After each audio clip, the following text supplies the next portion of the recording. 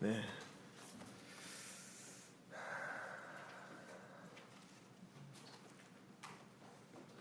요즘 연이은 폭염에 어떻게 잘 지내고 계십니까?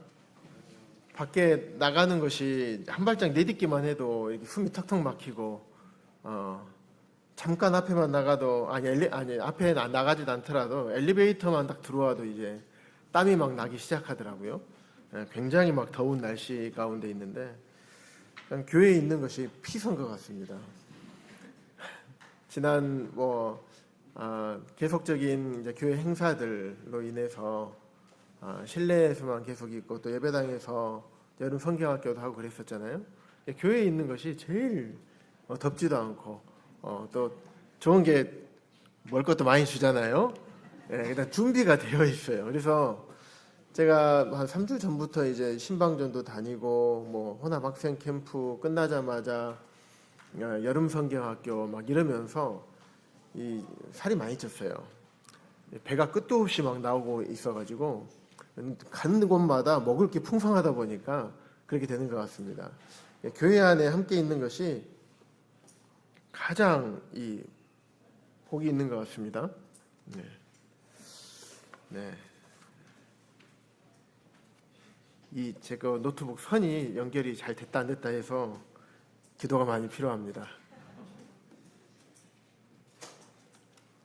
보이시죠? 네. 이번에 여러 가지 교회 안에서 특히 여름 성경학교 보면서 참 많은 감사가 됐습니다.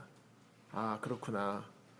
하나님의 교회 안에서 각자 맡은 주님께서 맡기신 일들에 대해서 최선을 다해서 준비하시고 사랑의 수고 또 물질의 헌신 참 이런 부분들이 어떻게 혼자 할 수 있을까? 하나님께서 교회 안에 많은 성도님들을 함께 교회로 모이게 하시고 또 그에 따른 은사들을 주셔서 각각의 영역에서 함께 서로를 섬길 때 이런 일들이 이루어지구나 라는 생각을 참 많이 하게 됐습니다. 특히 가장 많이 고생했다, 누가 가장 많이 고생했다 이런 말씀을 드리기가 어려울 정도로 좀 준비하는, 기획하고 준비하는 모든 과정 가운데서 여러 형제 자매님들이 수고 많이 해주셨고 또 물질로 헌신하셨던 성도님들 계셨고 또 주방에서 식사 준비 아이들과 형제님들 수고하는 교사 형제 자매님들을 섬기시기 위해서 그 뜨거운 날씨 가운데서도 섬겨주신 모든 이렇게 성도님들 이 시간 빌어서 감사의 말씀을 드립니다. 그래서 오늘 또 말씀을 전하게 될 함께 나눠야 될 순서가 또 고린도전서 12장에 관련된 말씀입니다.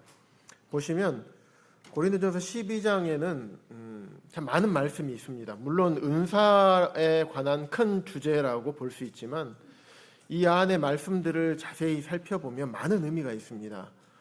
연합, 하나됨, 예수 그리스도의 은혜, 사랑, 은사 참 이런 부분들이 많이 있어서 이것들을 다 살펴보기에는 시간상으로 턱없이 부족합니다. 그래서 은사에 대해서만 살펴보더라도 참 오랜 시간이 걸려요. 초신자 성경 공부할 때 은사에 대해서 1시간 초신자 성경 공부할 때 1시간당 1시간 20분 정도 합니다. 1회차당 총 10회를 합니다. 그중에 은사에 대해서도 10회를 공부를 합니다. 그만큼 나눠야 될 내용들이 굉장히 많지만 오늘은 그 내용을 다 다루지 못하고 큰 내용들 위주로 함께 나누도록 하겠습니다. 우리 말씀을 함께 나눌 때 성경을 왔다 갔다 보지 않기 위해서 찾아야 될 말씀들이 이제 좀 있어가지고 프레젠테이션을 준비를 했습니다. 우리 성도님들께서는 고린도전서 12장을 펴시고 또 프레젠테이션에 있는 말씀과 같이 보시면서 말씀을 드리면 좋겠습니다. 하나님께서 사도 바울을 통해서 고린도전서 12장 말씀을 기록한 분명한 목적이 있었습니다. 그때 당시에 고린도 성도님들이 개개인의 은사를 잘 분별할 뿐만 아니라 은사들을 잘 활용했어요. 그래서 또 풍성하게 잘 사용을 했습니다. 하지만 문제점이 뭐였냐면 은사를 잘못 활용한 거였어요. 그래서 드러나는 은사가 있는 성도님은 자신의 은사 때문에 우쭐하고 또 우월감을 누리게 되었고, 또 그 은사자를 따라서 나는 누구에게 속했다 하고 줄을 서기 시작했습니다. 또 어떤 분들은 저 형제님, 저 자매님은 은사가 너무 뛰어나. 근데 나는 뭐야? 나는 가진 것도 아무것도 없고 나는 아무 필요가 없는, 쓸모가 없는 것 같아. 이래서 낙담하고 이런 극단의 현상이 생기게 되었습니다. 그러다 보니까 눈에 띄는 은사, 또 존경을 받는 은사에만 집중하는 경향이 있었습니다. 뒤에 살펴보겠지만 어느 은사만 존경받고 어느 은사는 존경받지 못할 은사, 이게 아닙니다. 우리 성도님들 알고 계신 분들은 이미 알고 계실 것입니다. 사람이 보기에, 우리가 생각하기에 어떤 은사는 존경스러운 은사고 어떤 은사는 좀 하찮은 은사라고 여기는 것이 문제죠. 고린도 교회에도 지금 우리 교회 안에도 그런 부분들이 있을 수 있는 그런 부분들이 실제로 고린도 교회에는 발생을 하고 있었기 때문입니다. 그래서 은사를 잘 발견하고 잘 활용하고 풍성했지만 결국에는 고린도 교회 성도들은 신령하지 못했던 거예요. 영적으로 성숙하지 못했습니다. 그래서 주로 은사에 대한 말씀은 성경에 신약 성경에 총 3가지 성경에 기록되어 있습니다. 에베소서 4장, 또 로마서 12장, 고린도전서 오늘 살펴볼 12장. 크게 이 세 성경에 기록이 되어 있습니다. 그렇다면 우리 은사라는 것은 구원받은 모든 성도님들이 가지고 있는 걸까요? 아니면 어떤 특별하게 주님 앞에서 순종하고 또 잘 활용하시는 분들에게만 주신 것일까요? 우리 성도님들 잘 아실 것입니다. 구원받은 모든 성도님들에게 성령님을 통해서 은사를 주셨습니다. 그래서 예전부터 제가 남원에 있을 때도 또 광주에 와서도 또 어떤 다른 지역교회 형제님들하고 교제할 일이 생기면 또 은사에 대해서 교제할 일이 생기게 돼요. 그러면 이야기를 하다 보면 어떻게 말씀하신 성도님들이 있냐면 나는 은사가 없어. 나는 은사가 없어. 주님께서 아무것도 안 주셨다 라고 생각하시고 말씀하고 계시는 분들이 계십니다. 그렇지 않습니다. 왜 그렇지 않은지 지금부터 말씀들을 살펴보도록 하겠습니다. 그렇다면 은사를 주신 분이 누구신지, 그리고 왜 은사를 주셨는지 한번 살펴보겠습니다. 고린도전서 12장 11절에 보시면 은사를 주신 것은, 이 모든 일은 같은 한 성령님께서 주셨어요. 그런데 누구의 뜻대로 주셨는가? 성령님의 뜻대로 각 사람에게, 구원받은 각 한 분 한 분에게, 구원받은 모든 성도님들에게 나누어 주신 것이라 라고 11절에 기록이 되어 있습니다. 그렇다면 내가 은사가 없어, 그러면 나는 어떤 사람입니까? 구원받지 못한 사람이 될 수가 있습니다. 그래서 나는 은사가 없어, 이 말은 함부로 하시면 안 됩니다. 저는 구원받지 않았습니다 라고 공개하는 것과 똑같습니다. 모든 구원받은 성도들은 성령님께서 그의 뜻대로, 성령님의 뜻대로 각각 성도님들에게 나누어 주셨습니다. 은사의 주체는 성령 하나님이신 것이죠. 그 은사를 왜 주셨을까? 7절에 보시면 각 사람에게 성령을 나타내심은, 각 사람에게 성령의 은사를 주심은 유익하게 하려 하심이라. 유익하게 한다. 유익을 얻게 하는 게 아니라 내 자신이 은사를 받은 사람이 유익하게 위해서 은사를 주신 게 아니라 유익하게 하려는 것이죠. 이타적인 것입니다. 그래서 다른 성도들을 유익하게 하고 또 교회를 유익하게 하기 위해서 은사를 주셨습니다. 에베소서 4장에 보시면 이는 성도를 온전하게 하여, 은사를 주시는 이유는 성도를 온전하게 세우고, 그래서 봉사의 일을 하게 하며 구도자들을 섬기고 하나님 교회에 주님께서 주신 일들을 감당할 때 많은 봉사의 손길이 필요합니다. 말씀을 전하고 복음 전하는 것도 봉사의 한 영역이 될 수가 있죠. 봉사의 일을 하게 하고 또 그리스도의 몸인 교회를 세우게 하시기 위해서 은사를 주셨습니다. 그리고 하나님의 아들을 믿는 것과 우리의 믿음뿐만 아니라 아는 일에 하나가 되게 해서 영적으로 잘 온전한 사람을 이루게 하기 위해서 은사를 주셨다고 합니다. 그래서 모든 성도님들이 그리스도의 장성한 분량이 충만한 데까지 잘 성장하도록 하기 위해서 은사를 주셨다고 합니다.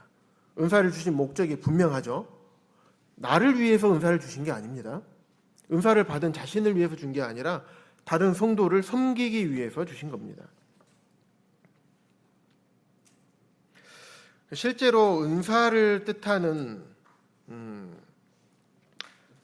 헬라어가 카리스마입니다. 카리스마는 하나님의 은혜의 선물이라는 뜻의 단어입니다. 그래서 은사는 내가 어떤 은사를 갖고 싶다. 나 저 은사를 사모해. 그리고 내가 생각하기에 저 은사를 가지려면 어떻게 해야 될까? 일반적으로 사모하는 은사들이 있죠. 성도님들이 일반적으로 드러나는 은사들을 일반적인 이야기입니다. 사모합니다. 그래서 강단에서 말씀을 전하거나 아니면 힘있게 담대하게 또 강단에서 복음을 전하거나 이런 부분들, 드러나는 은사를 일반적인 사람들은 사모하게 되어 있습니다. 그런 경향이 있습니다. 그래서 그런 은사를 막 사모하고 갖고 싶다고 내가 열심히 노력하면 이 은사를 얻을 수 있나요? 아닙니다. 앞서 살펴본 것처럼 성령님께서 각각의 사람에게 가장 합당한 은사를 임의로 나누어 주신 것입니다.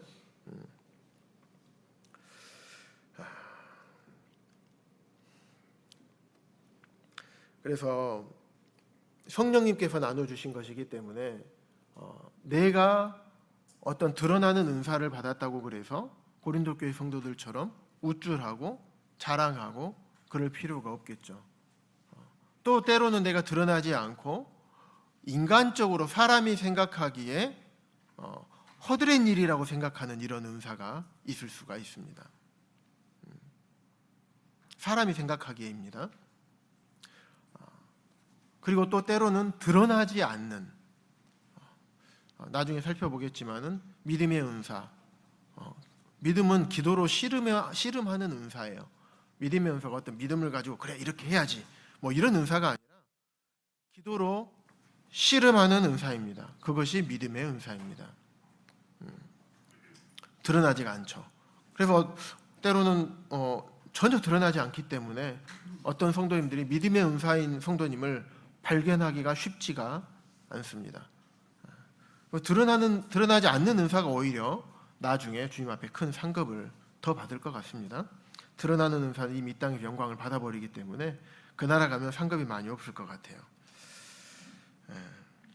그래서 우리가 원하는 대로 또 우리가 노력으로 받을 수 있는 것이 아니기 때문에 우리가 항상 겸손한, 또 그로 인해서 내가 원하는 은사를 받지 못해서 낙심할 필요가 없는 것입니다.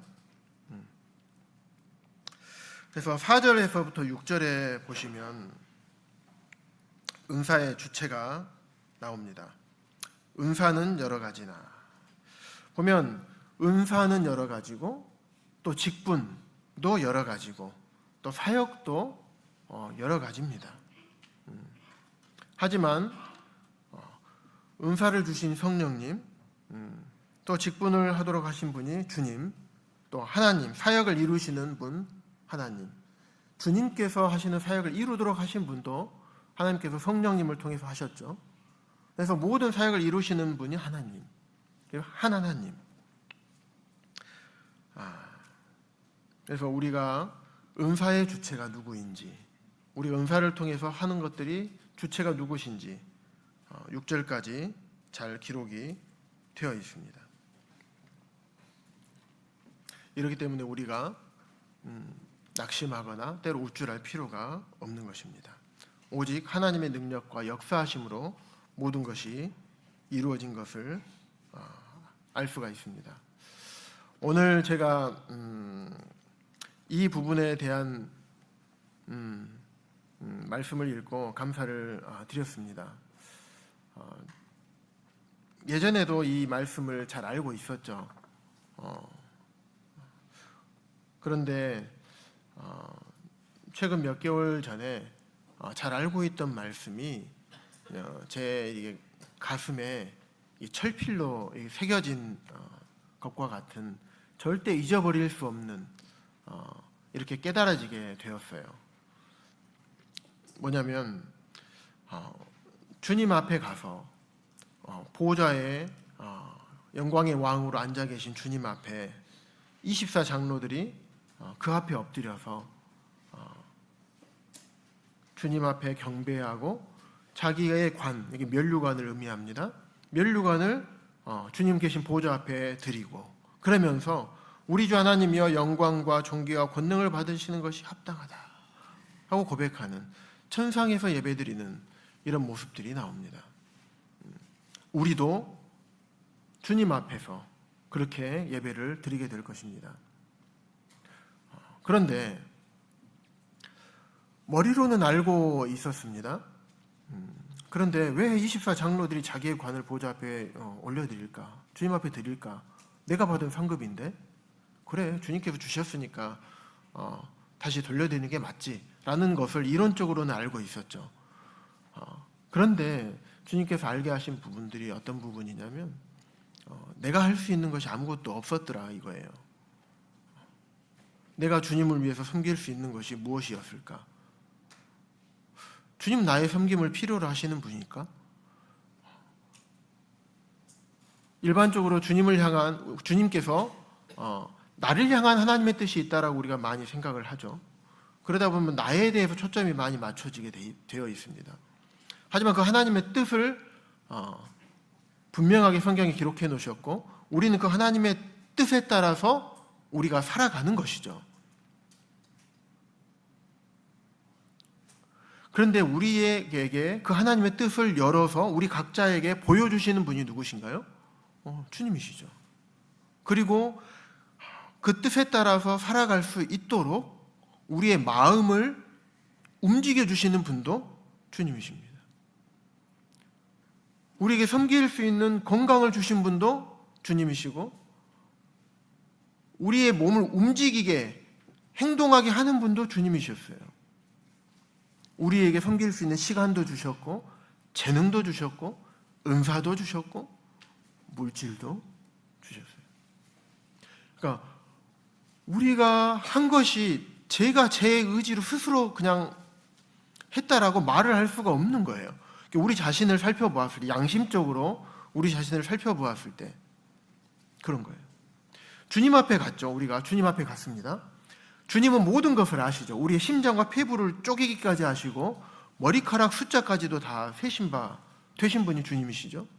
내 마음과 생각과 의도와 모든 것을 아시는 주님 앞에서 면류관을 받았다는 게 어떻게 보면 참 부끄러울 것 같아요. 주님, 제 마음 다 아시는데 주님 앞에 온전하게 섬기지 못한 것들이 너무 많은데 면류관까지 주신다니요. 이것을 받는 것이 참 이게 손이 부끄러운 손이 될 것 같아요. 그 면류관을 받았으니 모든 것을 아시는 주님 앞에 이것을 당연히 올려드리는 것이 지극히 당연하지 않을까.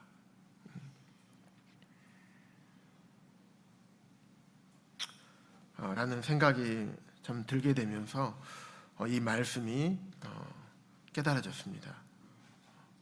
그러기에 주님을 의지하지 않을 수가 없게 되더라고요. 주님 앞에 기도하지 않을 수 없고, 제가 잘났다고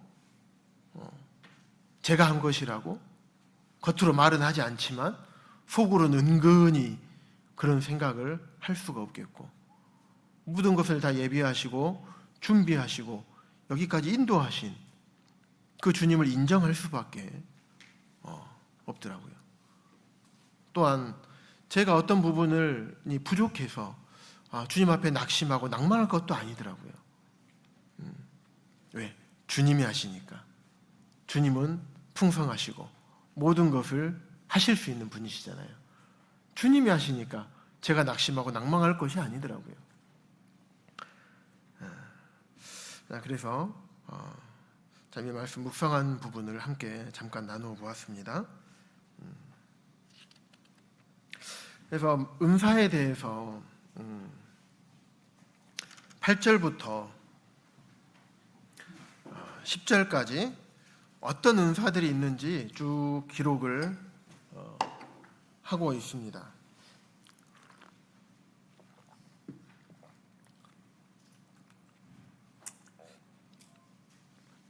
그래서 어떤 사람은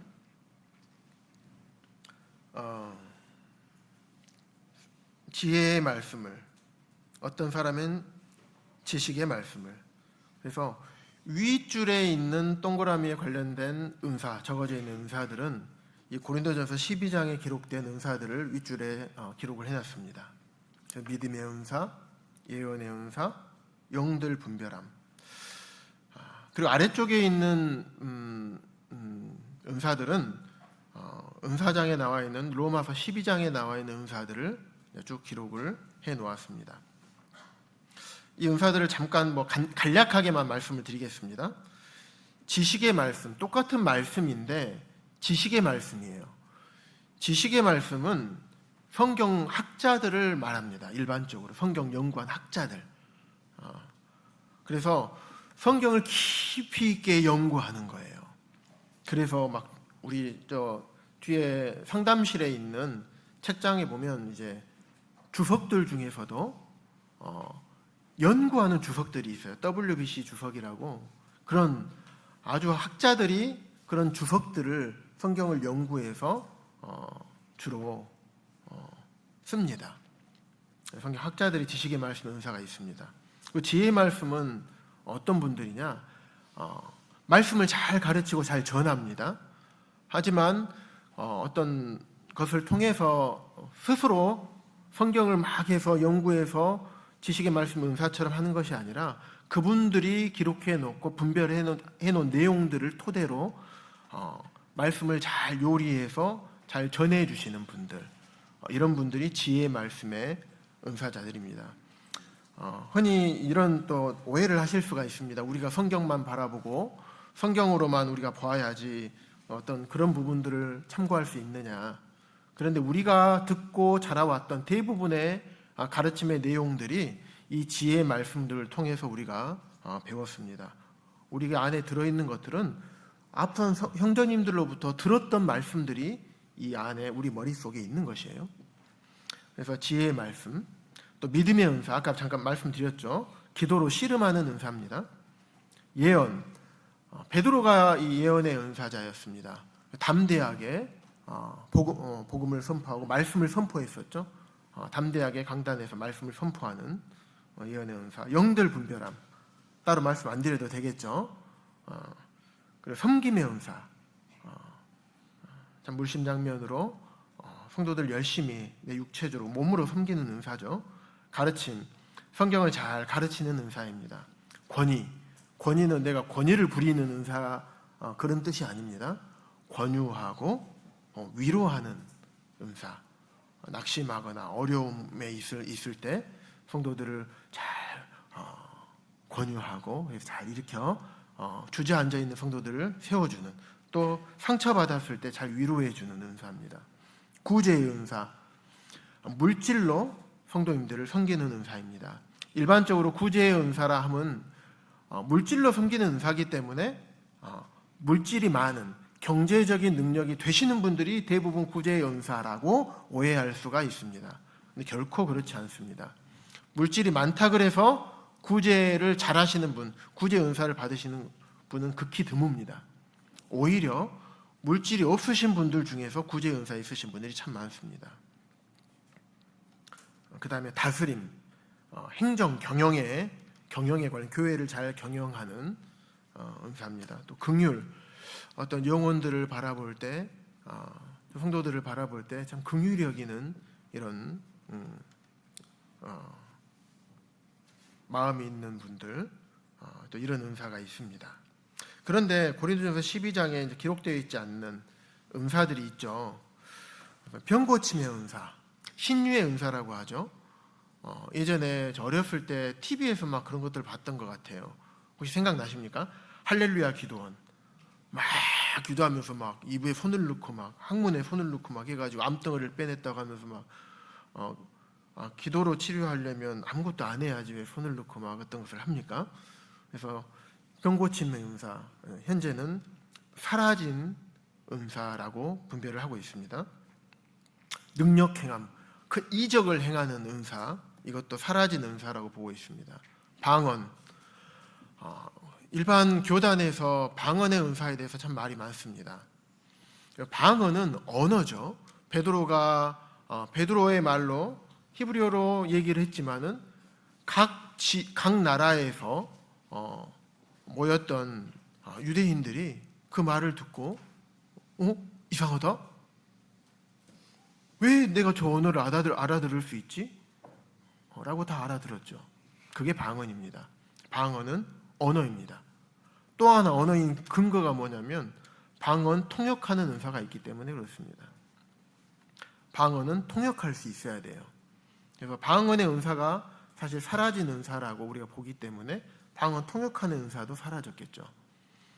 그런데 때로는 은사적으로는 사라졌지만 하나님께서는 주권적으로 필요하다라고 여겨셨을 때는 병을 고치기도 합니다. 때로는 그런 능력을 행하시기도 합니다. 때로는 방언을 통해서 하나님의 복음을 전하기도 하십니다. 이런 부분들에 대해서는 굳이 예를 들지 않아도 우리 성도님들 여기저기에서 들으셨던 내용들이 있을 거라 생각합니다.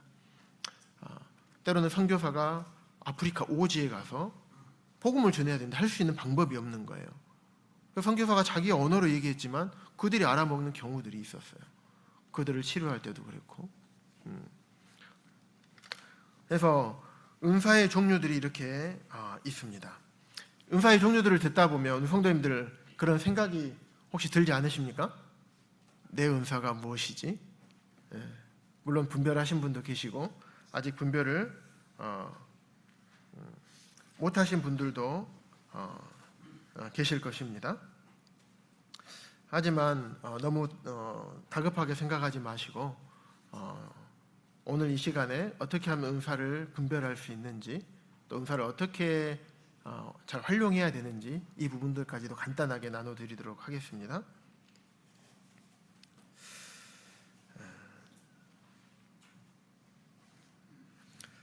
그러면 은사를 발견하는 데 있어서 은사를 주신 목적이 분명하게 있죠. 성령님께서 나타나게 성령님께서 주셨고 또 성도들을 교회를 섬기도록 주셨습니다.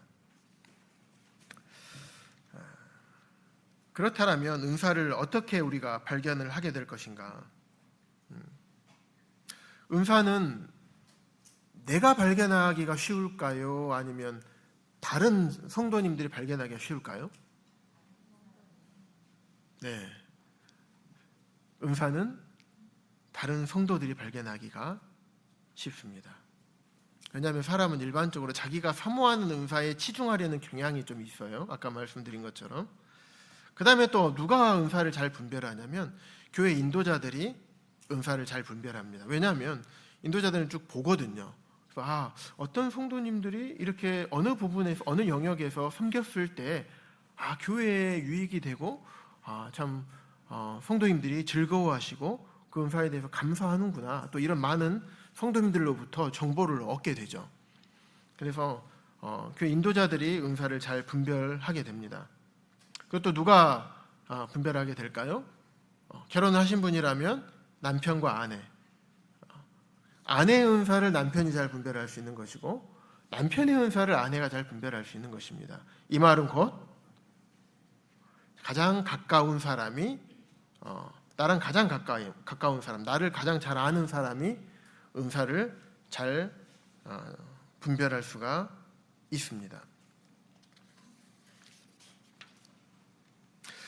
그러면 은사를 어떻게 활용해야 될 것인가?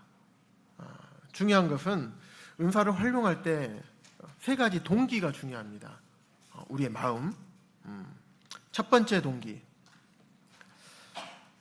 고린도후서 5장 14절부터 15절에 있는 말씀처럼 그리스도의 사랑.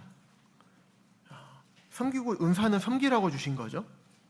그러면 섬기고자 하는 마음이 우리 안에 있어야 되겠죠. 그런데 이 마음이 다른 데서 오는 게 아니라 우리를 섬기시기 위해서, 죄인인 우리를 섬기시기 위해서 이 땅에 오셔서 물과 피를 다 쏟으시기까지 우리를 섬기셨던 그리스도의 사랑이 우리가 은사를 활용할 첫 번째 동기가 돼야 됩니다. 그래서 우리를 대신하여 죽었다가 다시 살아나신 주님을 위해서 은사를 활용해야 됩니다. 자신을 위해서 은사를 활용하는 것이 아닙니다. 아주 중요합니다. 두 번째 동기. 은사를 받은 대로, 각각 우리가 은사를 받았잖아요. 그래서 은사를 받은 대로 하나님의 여러 가지 은혜를 맡은 선한 청지기 같이 섬기는 것입니다. 청지기처럼. 청지기는 은사의 주인인가요? 아닌가요? 주인이 아니죠. 하나님께 우리에게 맡기신 것이죠. 교회를 또 성도를 섬기고 세우도록. 그래서 우리가 청지기와 같은 이런 동기가, 이런 마음이 필요합니다. 그리고 또 한 가지는 부득불 할 일이라는, 우리가 반드시 해야 될 일이라는 마음을 가져야 합니다. 복음을 전할지라도 내가 부득불 할 일이라. 그래서 내가 복음을 전하지 아니하면 내게 화가 있을 것이로다. 우리가 앞서 고린도전서 9장에 살펴보았었죠. 우리가 당연히 해야 될, 그리고 은사를 활용하지 않는다면 우리에게 화가 미칠 것이라는 이런 인식을 가지고 은사를 활용을 해야 될 것입니다. 세 번째 동기, 부름의 상. 하나님께서 우리에게 분명히 상을 주시겠다라고 말씀을 하셨습니다. 그래서 우리가 표대를 향하여 목적지를 정해놓고 그 하나님께서 위에서 부르신 부름의 상, 거길 위해서 우리가 달려 가야 됩니다.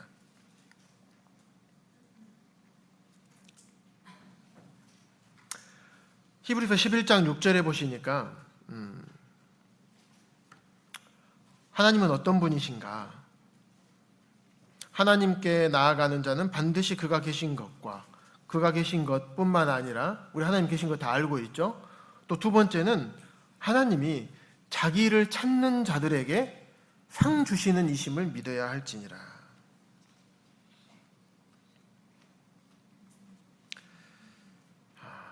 때로는 우리 성도님들께서 하시는 생각 중에서 이런 생각이 있을 수도 있습니다. 상은 안 받아도 그저 그냥 하늘나라에만 가는 것으로 만족하지 뭐. 그러면서 주님 앞에 더욱더 상 받기 위해서 또 열심히, 물론 상이 목적이 아니겠죠. 하지만 주님께서는 부름의 상을 위해서 달려가라고 말씀하시고 그 하나님이 상 주시는 하나님이시라는 것을 우리에게 말씀을 하고 계십니다. 그래서 나는 그냥 하늘나라에 가는 것으로만 만족할래. 그러면서 이 땅에서 그냥 주님께서 주신 은사에도 생각하지도 않고 주님을 섬기지도 않고 그냥 그대로 나의 신앙생활만 쭉 그대로 유지하는 근데 참 유지하기 어려울 것 같아요. 주님 안에 섬김의 영역에서 함께 성도들과 섬기고 부대끼고 그 가운데서 우리 안에 역사하시는 주님을 경험하고, 그랬을 때 우리의 삶에 힘을 얻고, 주님을 섬기는 것이 때로는 육체적으로 힘들지만 주님을 섬기면서 우리가 쉼을 얻고, 그 안에서 주님께서 우리의 섬김을 통해서 기쁨을 얻으시지만 우리가 주님을 섬기면서도 그 안에서 기쁨을 얻고 누리지 않습니까? 우리가 복음을 전할 때 왜 복음을 잘 못 전합니까? 왜 담대하게 딱 예수님 믿어봐 이렇게 기쁨으로 못 합니까? 주님을 섬기는 삶이 진짜 우리 안에 우리가 행복하면 주님 안에서 쉼을 누리고 주님을 섬기고 성도들과 함께하고 월화수목금토일 이게 아니라 계속 이게 주일처럼 일주일 내내 성도들과 계속 함께하는 시간들. 세상의 사람들은 미쳤다고 하겠죠. 뭐 하세요? 힘들지 않으세요? 직장 갔다 오면 쉬어야지 집에서. 왜 성도들과 그렇게 합니까? 그 안에 가면 교회 가면 또 섬겨야 되는데 피곤하지 않아요? 생각해보니까 대체 그런 것 같아. 집에서 쉬어야 되는데. 그러니까 섬기는 것 자체가 이제 힘든 거예요. 육체적으로 힘든 뿐만 아니라 자꾸 그런 얘기를 듣다 보면 이제 우리 마음과 생각도 힘들어져요. 그러니 어떻게 복음을 전할 수 있겠습니까? 성도들과 함께하고 주님을 섬기고 교회를 세워나가고 이 안에서 누리는 하나님께 우리의 그런 모습을 보고 기뻐하시고 하나님께 행복하시고 우리의 머리를 잘했다 이렇게 쓰담쓰담 해주시는 그래서 교회 안에 있는 것이 행복하다면, 주님 안에 있는 것이 행복하다면 복음을 전하는 것이 자랑스럽고 행복하겠죠. 왜? 내가 겪고 경험하는 것들을 얘기하니까. 이 세상 사람들요, 이 땅에 사는 것이 행복할까요? 그렇지 않습니다. 우리 성도님들은 이 땅에 지금 사는 것이 주님 섬기면서 사는 게 행복합니까? 예, 아멘이 나와야죠. 주님께서는 우리에게 믿음을 주시고 교회로 모여서 섬기도록 하신 것이 주님 나라 가실 상급만을 얘기하셨을까요? 그렇지 않습니다. 이 땅에 살아가면서도 여기서 행복을 누리도록 하신 거죠. 그랬을 때 우리가 복음을 잘 전할 수가 있게 되겠죠. 네, 잠깐 옆길로 빠졌습니다. 네, 상 주시는 이심을 우리가 믿어야 되고, 그래서 상은 안 받아도 그냥 이대로 그냥 사는 것이 나는 그냥 좋아. 내 개인의 신앙생활을 쭉 유지하는 게 좋아. 중세시대에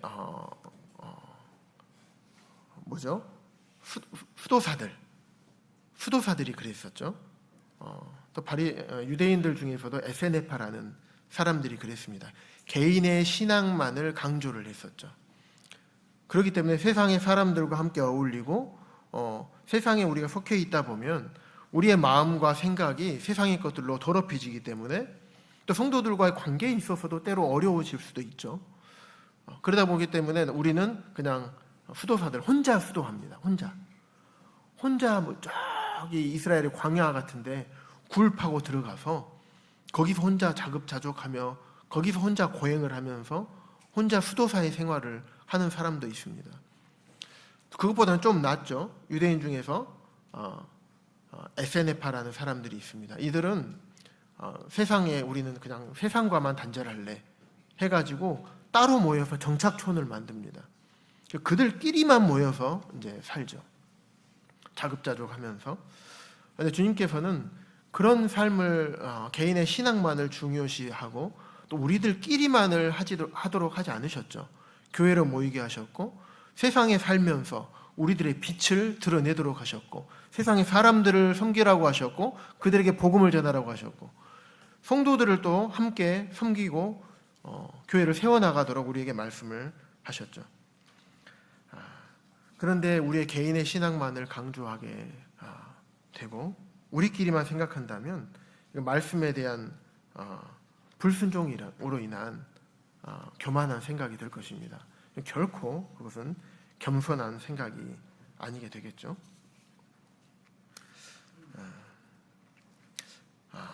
앞서 서두에 말씀드렸던 것처럼 우리가 고린도 교회로부터 은사를 활용하는 부분에 있어서 받을 교훈이 필요합니다. 그래서 고린도 교회의 문제점이 어떤 사람이 개개인의 탁월한 능력을 잘못 사용했고 또 자신을 위해서 사용했죠. 어떤 사람들은 거기에 편승을 해서 우리가 고린도전서 1장에부터 4장까지 봤던 것처럼 사람에 따라서 줄을 지어가지고 분당이 젖어 있었죠. 나는 누구를 따른다, 누구를 따른다, 누구를 따른다. 그래서 어떤 사람들은 그것 때문에 우쭐했고 어떤 사람들은 그것들을 가지고 뽐내기도 했습니다. 그런데 그래서 사도 바울이 고린도전 14장 26절에도 보면 너희가 모일 때, 교회로 모일 때 여러 가지 은사도 있습니다. 이 14장에 대한 은사 중에서 특별히 이 말씀하신 것은 방언과 방언의 은사에 대해서 말씀을 하신 거죠. 그러면서 방언도 있으며 방언도 있고 통역함도 있나니 모든 것을 덕을 세우기 위해 하라. 고린도 교회 안에서 은사자들이 있었고 은사를 잘 활용했었어요. 근데 그 중에 방언의 은사자가 있었습니다. 그래서 막 방언으로 막 말씀도 하고 기도도 하고. 그런데 중요한 것은 성도들이 알아듣지를 못하는 거예요. 그럼 무슨 의미가 있을까요? 그래서 방언을 통역하는 은사자가 있을 때 그 방언의 은사를 활용해라. 이 말은 무슨 말이냐면 지금도 방언의 은사가 존재하고 방언을 통역하는 은사가 있다는 것이 아니라 은사를 활용할 때 있어서 내가 은사가 있다고 그래서 내 은사를 일방적으로 막 활용하는 것을 주의하자. 이런 의도로 우리가 생각해 보면 좋을 것 같습니다. 그래서 모든 은사를 활용할 때에는 교회의 덕을 세우기 위해서 하는 것이 필요합니다.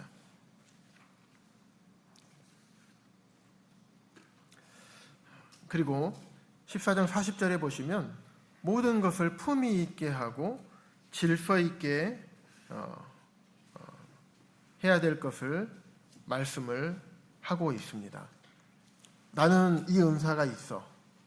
그러니까 내 은사를 존중해 줘야 돼. 나는 이 은사가 있으니까 내가 교회 안에서 내가 이렇게 할 거야 라고 하게 되면 교회가 어려움이 된다고 하는 것입니다. 그래서 은사를 활용하더라도 품위 있게 하고 또 질서 있게 해야 될 것을 말씀을 하고 있습니다. 그래서 여러 가지 은사들을 잘못 사용했을 때, 잘 사용했을 때는 우리 성도님들 잘 아시겠죠. 은사를 주신 목적대로 교회가 잘 세워지고 성도들이 잘 세워지고 장성한 분량에까지 이르겠죠. 하나님 기뻐하시는 것이 되겠죠. 그런데 잘못 사용했을 때 몇 가지 은사만 살펴보겠습니다. 먼저 섬김의 은사자를 잘못 사용했을 때 한번 쭉 읽어보시기 바랍니다.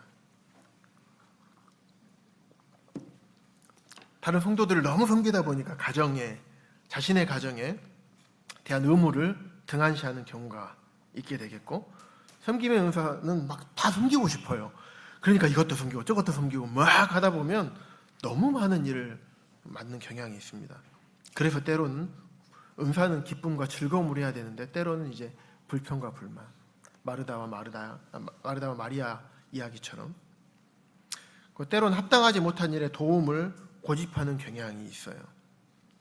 그리고 어떤 섬겨야 되니까 어떤 질서 있게 해야 되는데 질서 있게 하지 않고 마땅히 거쳐야 할 절차를 무시하는 경향도 있습니다. 그리고 다른 사람 돕는 일에 있어서 하지 마. 그리고 내가 막 해버리고 잘못될 때 또 성급한 도움으로 하나님의 훈계나 징계를 방해하기도 합니다.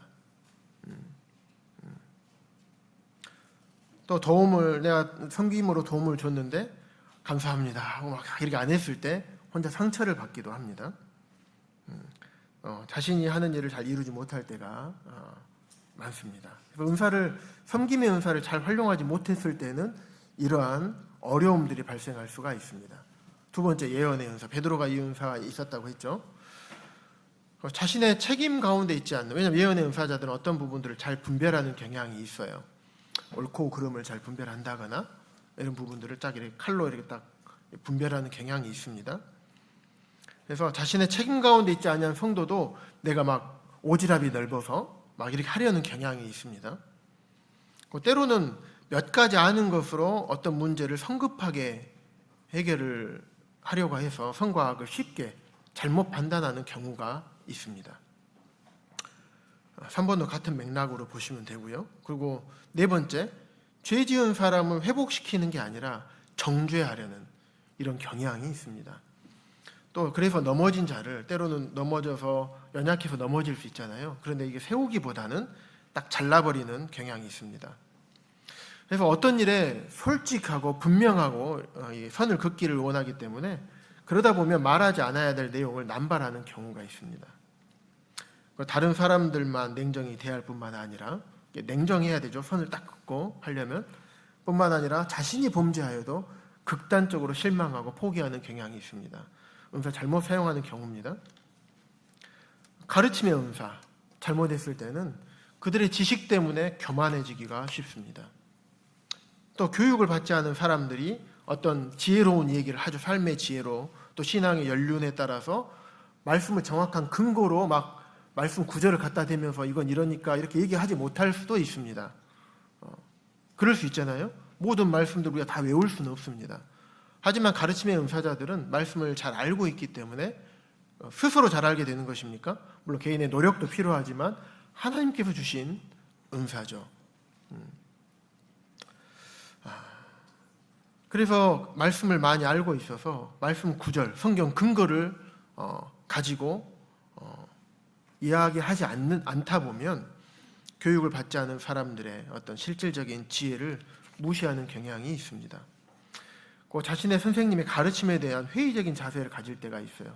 내가 봤을 때는 그렇지 않은데 내가 확인해 봐야지. 그래야지 내가 믿을 수 있지. 이런 생각이 들 수가 있죠. 또 다른 사람이 어떤 부분을 가르치었을 때 어떤 조그마한 진리적인 부분이 아닙니다.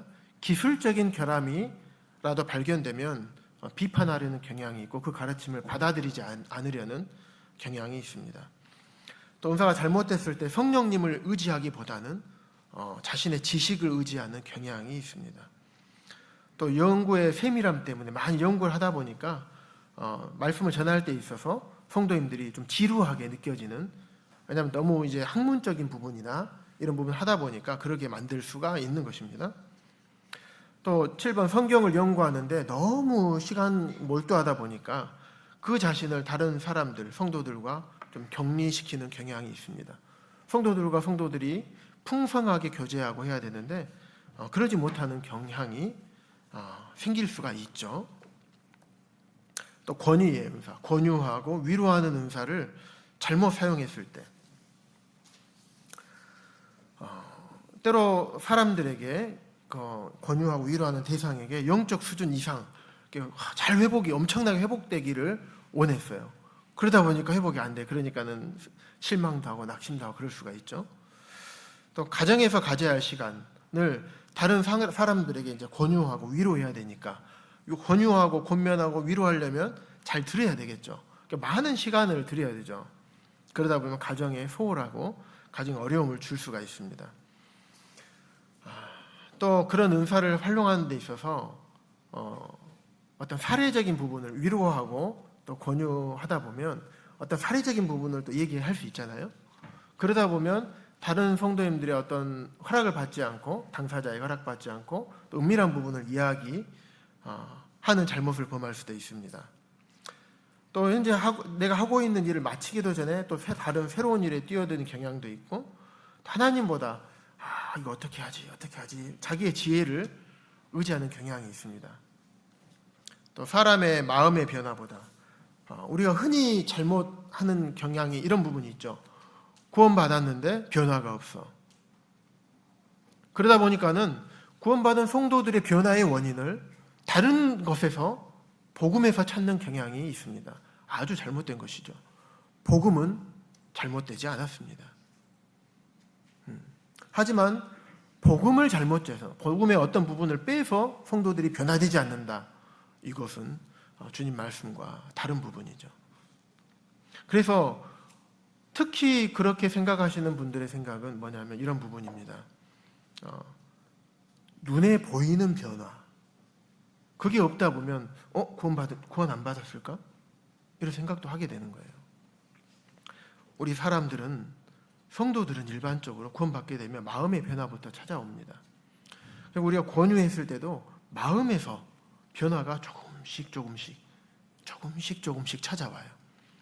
그러다가 주님께서 어느 시점에 돼서 그의 마음이 잘 위로가 되고 잘 격려가 되었을 때 행동으로 어느 시기에 조금씩 나타나게 되는 것입니다.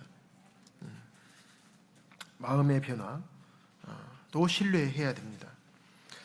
그리고 때로는 어떤 문제나 사람들에 대해서 확실히 듣거나 정확하지 않았는데도 불구하고 정확하지 않은 것을 가지고 상담하는 경향도 있습니다. 은사를 성급하게 활용하는 경우죠. 구제의 은사입니다. 다른 사람들을 돕느라고 우리 가정의 필요를 너무 생각하지 않은 경향이 있습니다. 그러다 보면 가정 안에 가족들이 이제 어려움이 생길 수가 있겠죠. 그리고 또 돈에 대한 비성경적인 경영 방식이나 상담을 듣는 경향이 있습니다. 다음 주 토요일, 돌아오는 주 토요일 날 그리스도인의 가치관, 죄송합니다. 그리스도인의 경제관에 대해서, 돈에 대해서 우리가 어떻게 생각을 해야 되는지 6시간 청년부 특강이 예정이 되어 있습니다. 성도님들 잘 오셔서 돈에 대해서 어떤 생각을 가져야 되고 어떻게 경영해야 되는지 잘 들으시기 바랍니다. 그러면 구제 은사 있으신 분들은 비성경적인 경영 방식이나 잘못된 정보들을 이 부분에 대해서 좀 벗어날 수가 있을 것 같습니다. 사람들이 네 번째, 자기와 같이 구제하기를 원합니다. 그래서 잘 안 드리면 막 압력을 가하고 압박을 가하는 경향이 있습니다. 또 돈을 잘못 사용하는 사람들에게 권면하기보다도 손가락질로 비판하는 경향이 있습니다. 또 때로는 구제하시는 분이 아주 이게 조심해야 되는데 실제로 우리 한국 모임 안에서 이런 경향이 있는 것을 제가 들었습니다. 그래서 실제로 형제님 가정 제가 필요를 제가 돕겠습니다. 드러내면서 오른손이 하는 일을 왼손이 모르게 해야 되잖아요. 그런데 드러내면서 딱 이렇게 하는 경향이 있어요. 그러다 보면 일꾼 형제님은 어떻게 될까요? 일꾼도 사람인지라 이게 딱 쏠리게 되겠죠. 그래서 일꾼을 조정하려는 경향이 있습니다. 자기 편을 만드는 거죠. 자기의 구제가 지혜롭게 잘 되어져 있는가를 확실하게 확인하려는 경향이 또 있습니다.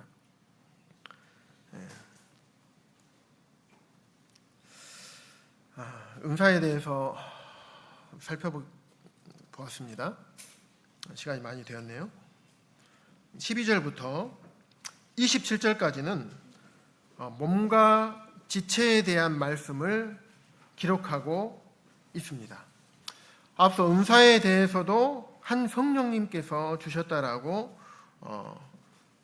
4절부터 쭉 10절까지 기록이 되어 있습니다. 또 13절에도 보시면 한 성령으로 세례를 받아서 한 몸이 되었고 한 성령을 마시게 하였느니라 라고 하면서 14절에 몸은 한 지체뿐만 아니요 여럿이니, 지체는 여럿이죠. 손, 발, 몸, 신체의 모든 부분이 여럿이죠. 하지만 몸은 하나입니다. 주님은 교회의 머리 되시고 지체인 우리는 주님의 몸입니다. 우리가 이 원리를 가지고 하나님의 몸된 교회 안에서 주님을 섬기고 성도들을 섬기고 함께 복음을 전하고 있습니다.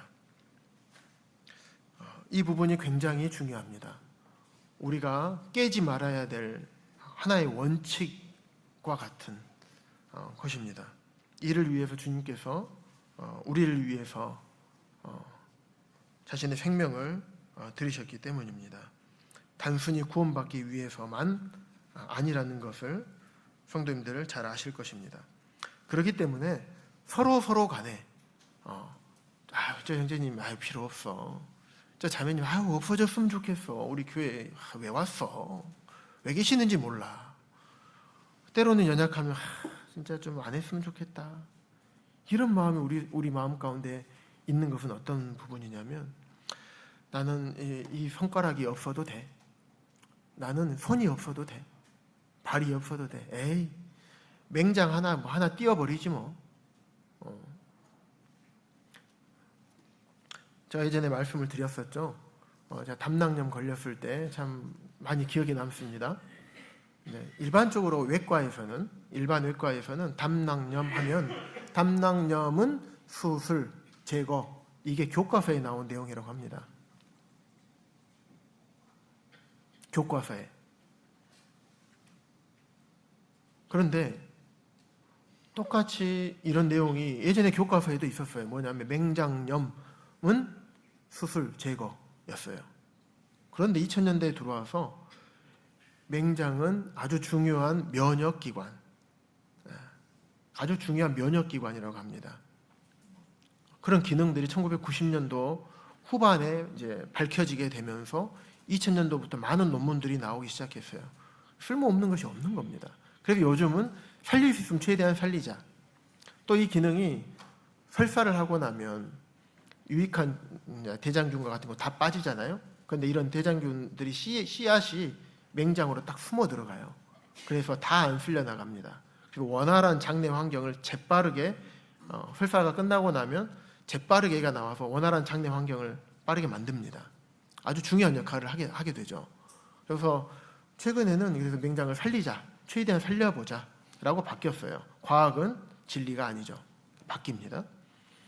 담낭도 그러더라고요. 그래서 이제 서복정제에게 전화를 했더니 서복정제님께서 형제 장염 걸리면 장 잘라내? 그러셔서 그래요. 알겠습니다. 그럼 열 떨어지면 퇴원해서 가겠습니다.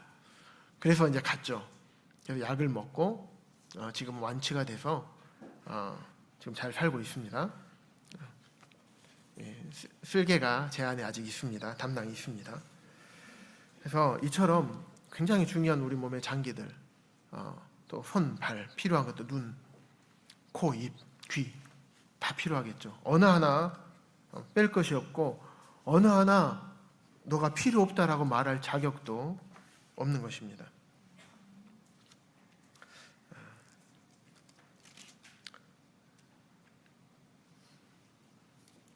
그 내용이 21절까지 쭉 기록이 되어 있습니다. 그래서 우리의 몸은 독립적으로 설계되지 않았습니다. 상호 우존적으로 몸에 대해서 연구하고 공부를 해보면 서로 뭐 한 군데가 없으면 몸이 잘 안 돌아가게 돼 있어요. 우주도 마찬가지고요. 교회 안에 은사도 마찬가지입니다. 각각의 은사가 있지만 은사를 동그라미로 표현을 해보면 이 은사와 가르침의 은사와 섬김의 은사가 이렇게 오버랩이 되어 있습니다. 겹치는 부분이 분명히 있어요. 모든 은사들이 다 이렇게 겹치게 돼 있습니다. 상호 우존적으로 되어 있어요. 상호 견제하는 그런 관계가 아닙니다. 그래서 하나님께서 우리의 몸은 하나이기 때문에 서로 견제하는 것이 아니라 서로 돌보고 하고 서로 귀중하게 여기고 서로 소중히 여기라고 말씀을 하고 있습니다.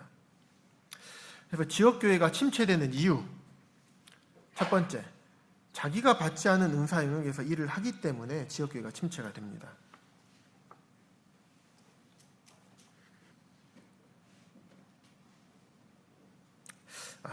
이 부분은 좀 이따가 나누도록 하겠습니다. 죄송합니다. 22절 한번 보실까요? 고린도전서 12장 22절.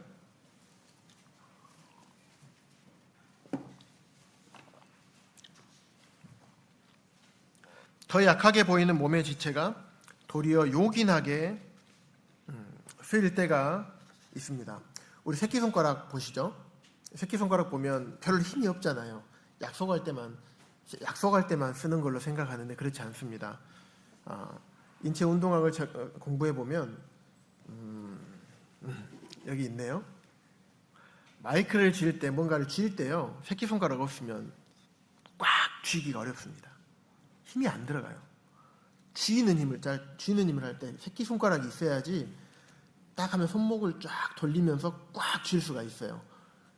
우리 자매님들 걸레 짤 때 생각해 보십시오. 새끼손가락 없으면 걸레 안 짜져요. 꽉 안 짜집니다. 쓸모없는 것 같고 힘도 없을 것 같아서 뭐 잘 못 쓸 것 같지만 새끼손가락 없으면 불편합니다. 하지만 아주 요긴하게 사용이 됩니다. 뭐 다른 얘기도 말씀드릴 수 있지만 시간상 넘어가도록 하겠습니다. 23절, 우리가 몸에 덜 귀히 여기는 그것들을 더욱 귀한 것들로 입혀주며 우리 아름답지 못한 지체는 더욱 아름다운 것을 얻느니라. 우리가 일반적으로 중요하지 않다고 여기는 부분을 때로는 더욱 중요하게 여기고 별로 아름답지 못한 부분은 더욱 아름답게 꾸미는 경향이 있습니다. 물놀이장 가거나 요즘 여름이다 보면 우리 여자분들 많이 있죠. 참 새끼발가락에까지도 이렇게 그걸 하잖아요. 그리고 발목에도 발찌 같은 것도 막 하고, 왜냐하면 발 같은 경우가 우리 제 발을 봐도 별로 안 이쁘더라고요. 그러다 보니까 그곳에 더 신경 쓰잖아요. 하나님도 그러시는 거예요. 하나님도 23절에 보시면 24절에 보시면 오직 하나님이 몸을 고르게 하여 부족한 지체에게 귀중함을 더하사. 하나님께서는 그곳에 귀중함을 더하시는, 약하게 보이는 몸의 지체에 더 신경을 쓰시는 분이 하나님이십니다. 참 얼마나 은혜로우신 하나님이십니까? 그러면서 25절에 몸 가운데에서 분쟁이 없고 오직 여러 지체가 서로 같이 돌보게 하셨느니라. 분쟁이 없어야 되고요. 서로 돌봐야 될 필요가 있다고 하는 것입니다. 그러면서 27절에 다시 한번 12절부터 26절까지의 말씀의 내용을 결론을 내고 있습니다. 너희는 그리스도의 몸이요 지체의 각 부분이라. 그러면서 28절에 교회의 사도와 선지자 또 교사를 세우셨다라고 말씀합니다. 특별하게 세우신 분이시죠. 그래서 은사와 구분하는 것을 우리가 살펴볼 수가 있습니다. 그러면서 29절, 30절 다 사도겠느냐? 다 선지자겠느냐? 다 교사겠느냐? 다 능력을 행하는 자이겠느냐? 쭉 말씀하시면서 너희는 더 큰 은사를 사모하라. 내가 또한 가장 좋은 길을 너희에게 보이리라. 가장 좋은 길. 가장 좋은 길이 무엇일까요? 그 다음에 있는 13장 1절 사랑인 것입니다. 모든 은사를 활용할 때 사랑, 그리스도의 사랑이 우리를 강권하는 것처럼 우리 안에 성도들을 사랑하는 마음으로 은사를 활용해야 될 것을 말씀을 하고 있습니다.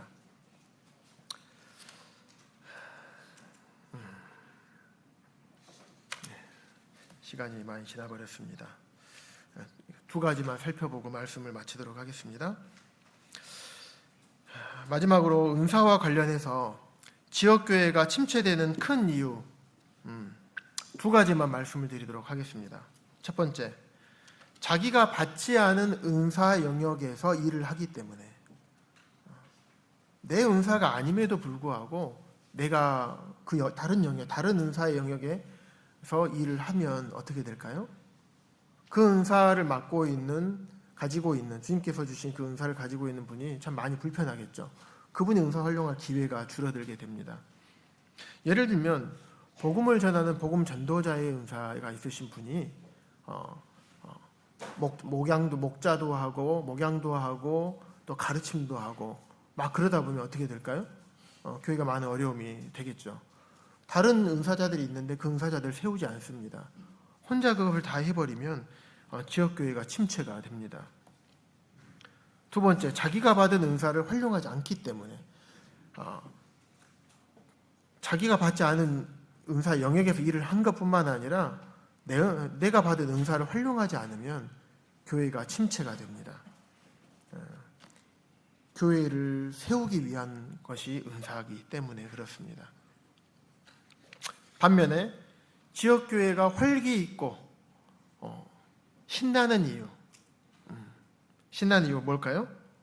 자기가 받은 은사가 아닌 일은 양보하기 때문에 그렇습니다. 내 은사가 아니면 형제님, 때로는 내가 일꾼이라 할지라도 일꾼은 모든 은사를 다 가지고 있습니까? 성도님들, 그거는 엄청난 오해이십니다. 잘못 알고 계신 겁니다. 일꾼들도 주님 앞으로 받은 은사가 있는 것이에요. 일반적으로 은사는 여러 가지를 받았다라고 말씀하지 않습니다. 일반적으로 많은 모임의 형제님들은 우리가 받은 은사 특별히 한 개라고 말씀을 합니다. 가장 탁월한 은사. 그래서 내가 받은 은사가 아니라면, 또 은사가 분별이 되었으면 일꾼이라고 할지라도 장로라고 할지라도 그 은사가 있는 형제님들에게 그 일을 양보하고 그 형제님이 할 수 있도록 내어줘야 될 것입니다. 두 번째, 자기가 받은 은사를 부지런히 개발하고 활용하기 때문에 지역교회가 활기 있고 신날 것입니다.